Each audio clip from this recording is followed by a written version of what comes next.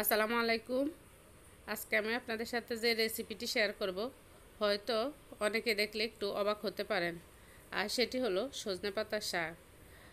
অবাক হওয়ারই কথা, কারণ এই সজনে পাতা রয়েছে প্রচুর পরিমাণে vitamin A, vitamin C, protein, calcium, potassium. আরও শুনলে অবাক হবেন, ডায়াবেটিস এবং হাই প্রেশার নিয়ন্ত্রণে সহায়তা করে, এমনকি রক্ত স্বল্পতাও দূর করতে সাহায্য করে। যেহেতু একটি পাতাতে এত গুণাগুণ রয়েছে, তাহলে তো এই সজনে পাতার শাক বা ভর্তা করে খেতেই হবে।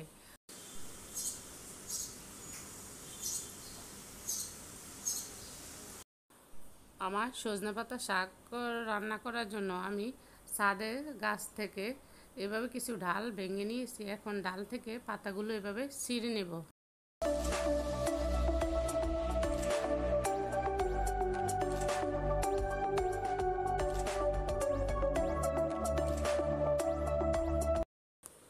শাকগুলো পরিষ্কার করে এখন ধুয়ে একটা কড়াইতে বসিয়ে দিলাম।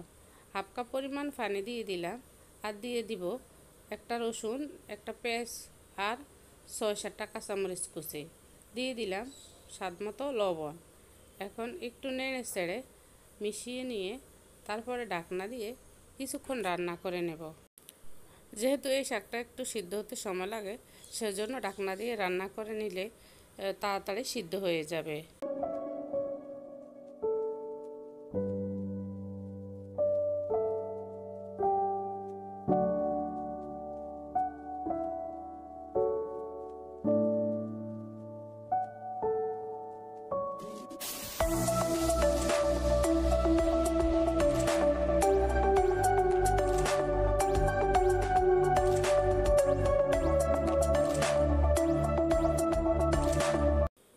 এভাবে নেড়ে ছেড়ে পানিটাকে ভালোভাবে শুকিয়ে নিতে হবে।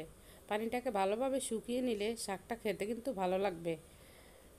আমি এভাবে চেক করে নেব সিদ্ধ হয়েছে কিনা। দেখুন, খুব সুন্দরভাবে শাকটা সিদ্ধ হয়ে গেছে। চুলে একটা কড়াই বসিয়ে দিয়ে হাফ কাপ পরিমাণ তেল দিয়ে 2টা শুকনো মরিচ দিয়ে দিলাম। এখন দিয়ে দিলাম 2টি পেঁয়াজ কুচি এবং 3টি রসুন কুচি। আর চেষ্টা করবেন শাকের মধ্যে তেলের পরিমাণ বাড়িয়ে দিতে, তাহলে দেখবেন শাকটা খেতে কিন্তু ভীষণ ভালো লাগবে।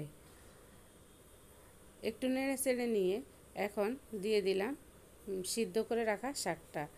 আবারও নেড়ে চেড়ে একটু মিশিয়ে নেব।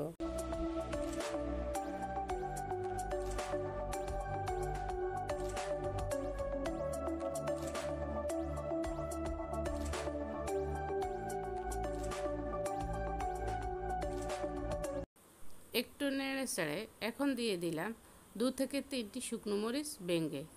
এই শুকনো মরিচ ভেঙে দিলে স্বাদের টেস্ট বহুগুণে বেড়ে যাবে। এভাবে নেড়ে চেড়ে আরও 2 থেকে 3 মিনিট রান্না করে নিলে আজকের শাক রান্নাটা পুরো কমপ্লিট। দেখলেন তো আমি কত সহজভাবে এবং অল্প উপকরণে এই সজনে পাতার শাক রান্না করে দেখিয়েছি। নিশ্চয় আপনারা দেখো বুঝতে পারছেন যে দেখতেও কতটা লোভনীয় হয়েছে। আশা করি আমার আজকের রান্নাটি আপনাদের ভালো লাগবে। যদি ভালো লাগে তাহলে প্লিজ বাসায় এভাবে রান্না করবেন। এই সজনে পাতার শাক রান্না করে খেয়ে যদি বিন্দুমাত্র উপকৃত হন, তাহলে প্লিজ আমার ভিডিওতে লাইক দিয়ে আমার চ্যানেলটিকে সাবস্ক্রাইব করে নেবেন এবং ভিডিওটি বেশি বেশি শেয়ার করবেন, যাতে অন্যরাও দেখে উপকৃত হয়। আজকের মতো বিদায় দিচ্ছি। দেখা হবে আবার নতুন কোনো ভিডিওতে। সে পর্যন্ত ভালো থাকুন সবাই। আল্লাহ হাফেজ।